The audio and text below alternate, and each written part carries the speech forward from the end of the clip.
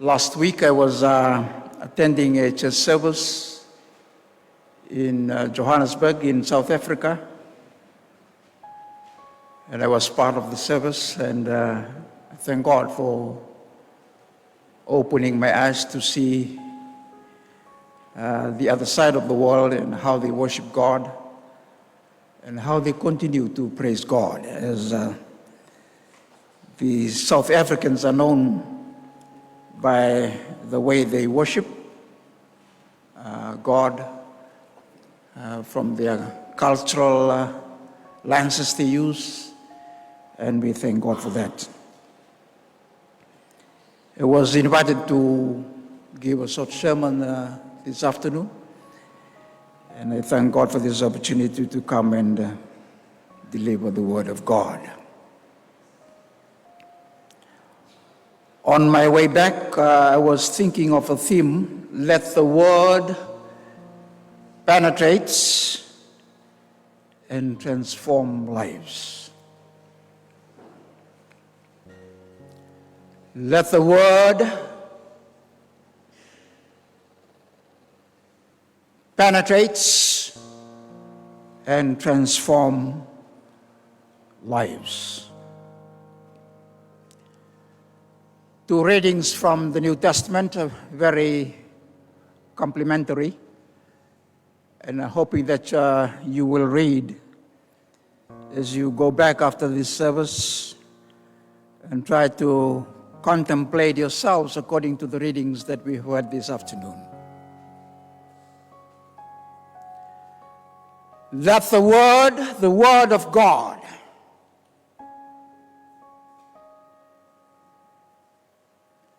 penetrates through your hearts, your soul, and transform your inner being to become a new person, a new man, a new woman in the presence of God.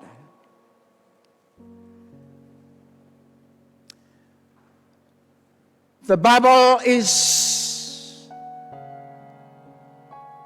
the Word. It becomes a meaningful tool if you read, if you meditate. If you are not taking the Bible lightly, you are taking every verse and every word in the Bible seriously.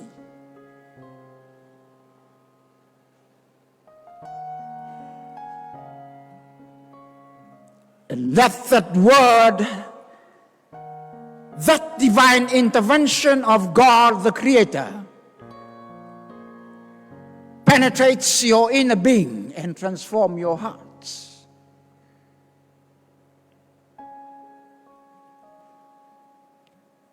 Point one,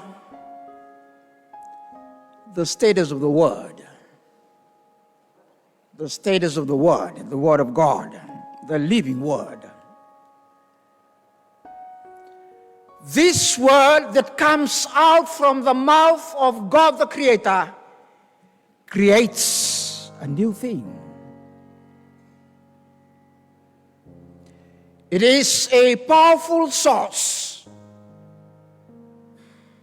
that will bring changes into the individual and the community of faith. The Word that penetrates more than the B-2 bomber.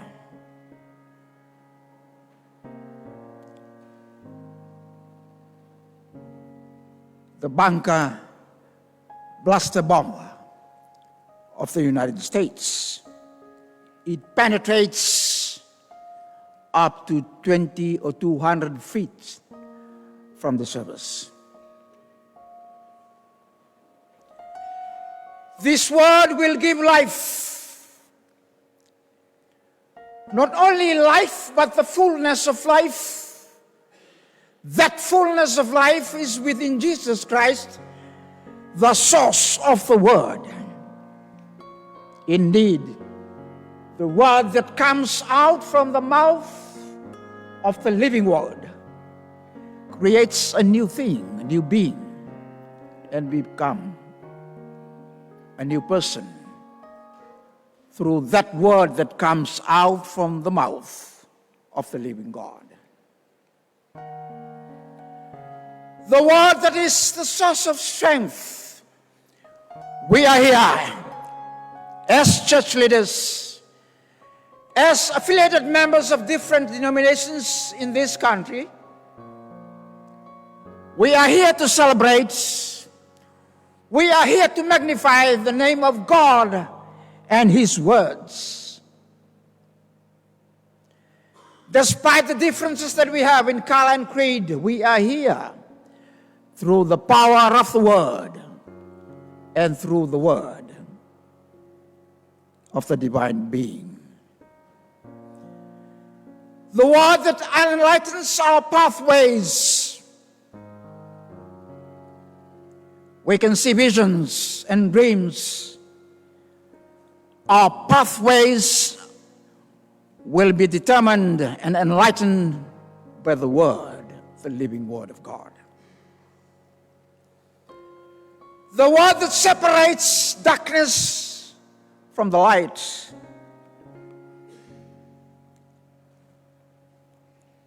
From sinners to become believers in Jesus Christ through the word. Enlightens our mind in order to converse with God openly with the strength and the power of the divine word.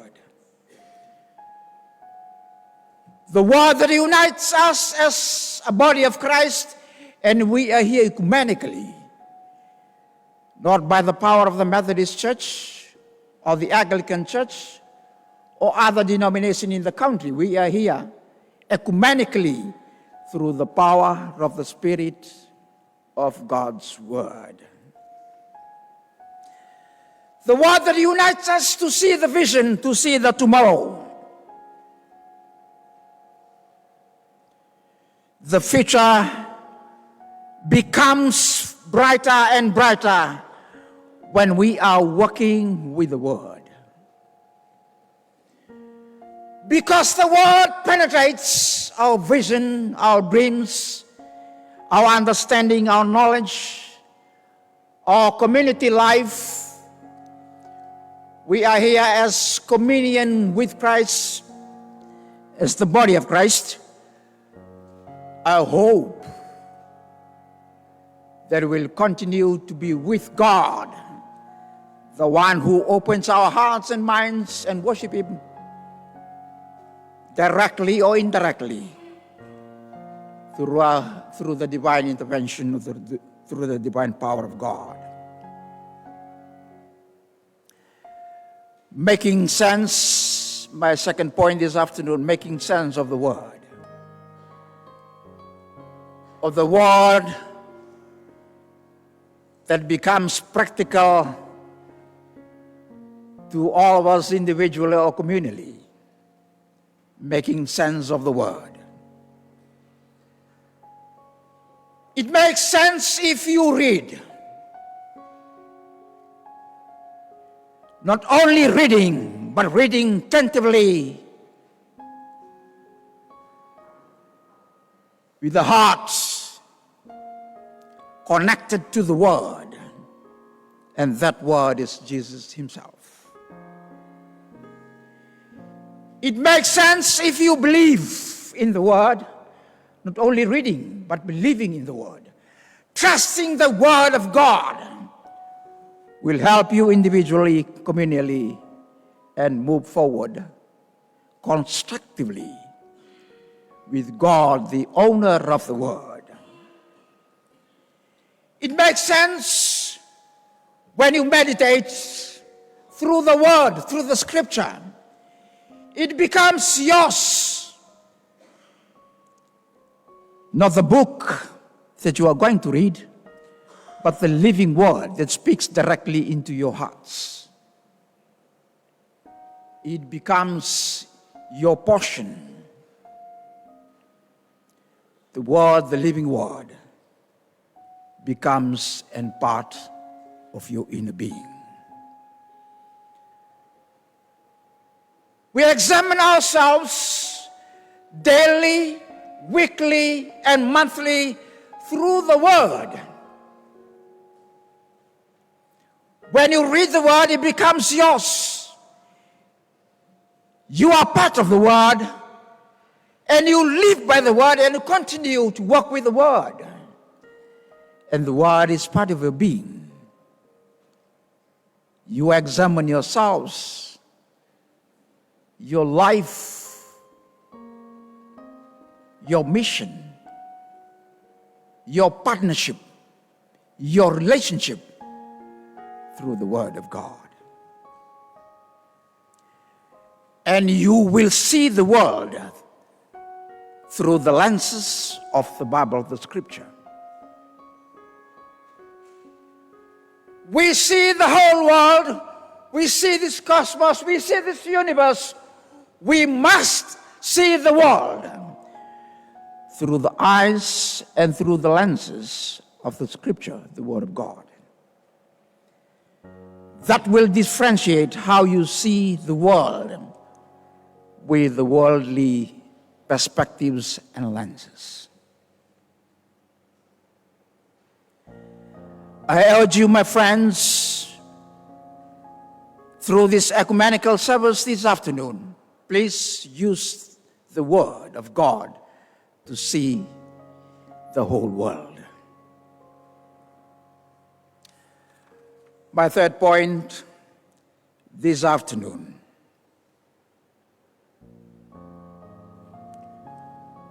we are confronting and challenging with multifaceted issues on the ground. We are being challenged by the emerging issues on the ground.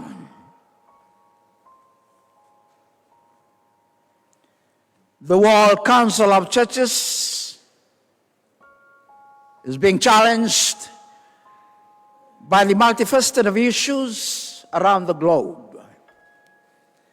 The Pacific Conference of Churches is also challenged with the issues, the different issues on the ground. Even the Pacific Conference of Churches and the Fiji Council of Churches are also challenged by the multiple and the multifaceted issues on the ground.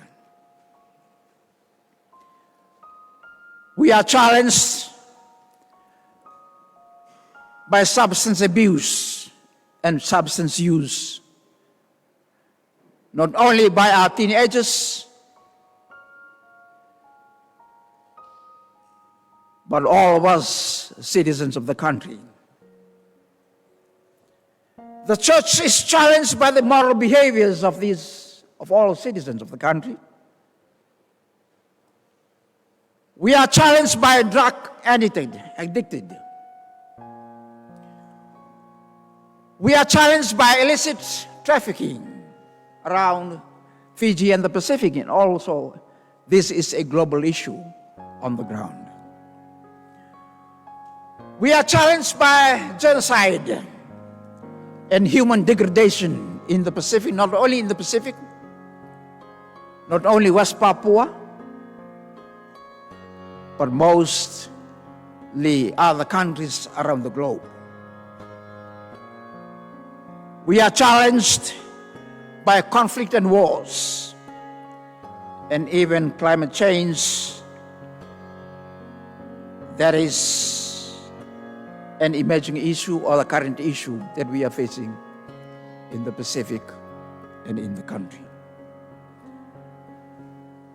And church leaders and church members, body of Christ, in this ecumenical service, I want to share with you that we are challenged by multiple issues that are emerging on the ground. We must stand firm with our faith and the Word of God. In order to see the world from the lenses of the Scripture, From the lenses of our faith, our belief system, we must rise and stand firm as we confront and challenge the emerging issues on the ground. Number 4, the church and the public concern of the day.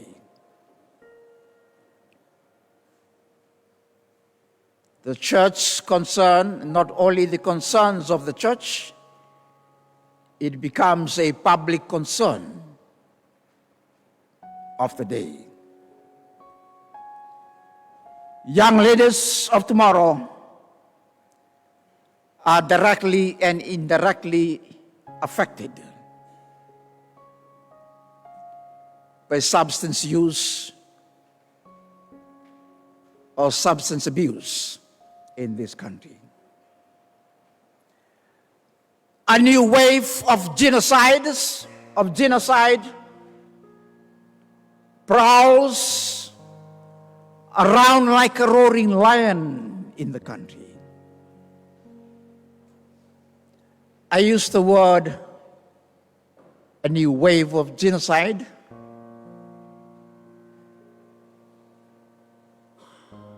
that is moving around, not only in Fiji, around the Pacific. Symptoms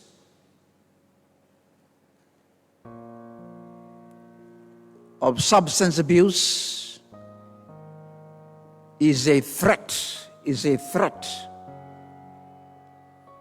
to our Christian community, not only in Fiji, in the Pacific, and worldwide. And I am worrying about those who have symptoms in slowness in thinking capability. Symptoms of neurological,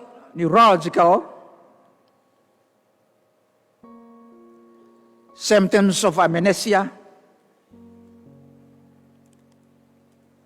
the IQ, the EQ, the SQ, and the FQ in our Christian community are also affected.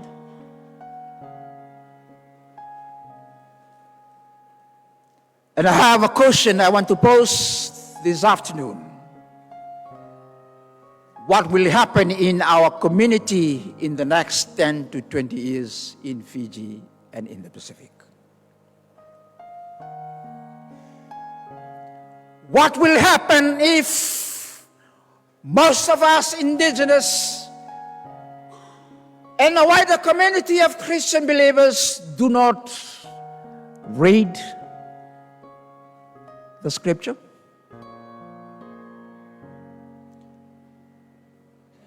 Do not reflect ourselves individually and communally into the scripture? Do not examine ourselves, where are we going, and reflect to the scripture? What will happen in the next 10 to 20 years in Fiji and the Pacific region?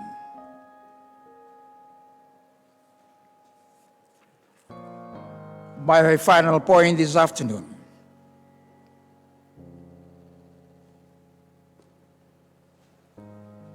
The role and the significance of the word. The role and the significance of the word.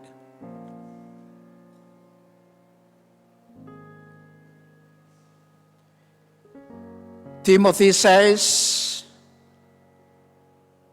use the word as useful for teaching.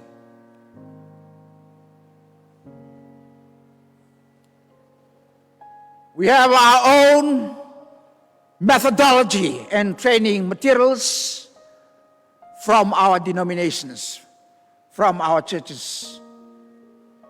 We use the same Word of God, the Scripture, even though we have some differences in translations.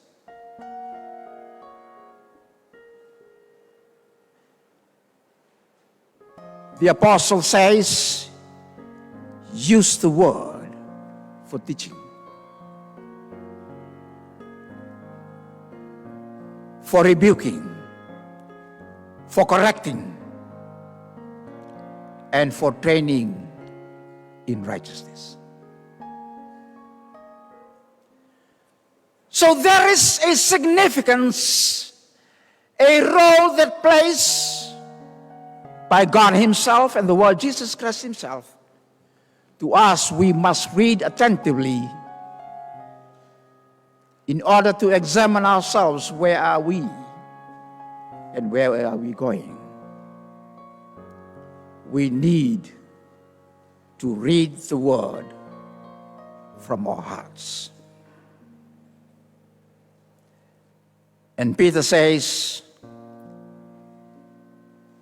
the Word of God is good, is lively.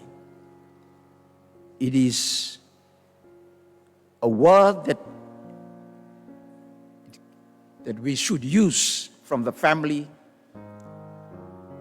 from our church denominations, we use for resistance. We use to affirm our faith in God. Even the world is suffering. The world is suffering. And this apostle affirms us this afternoon through the Word of God.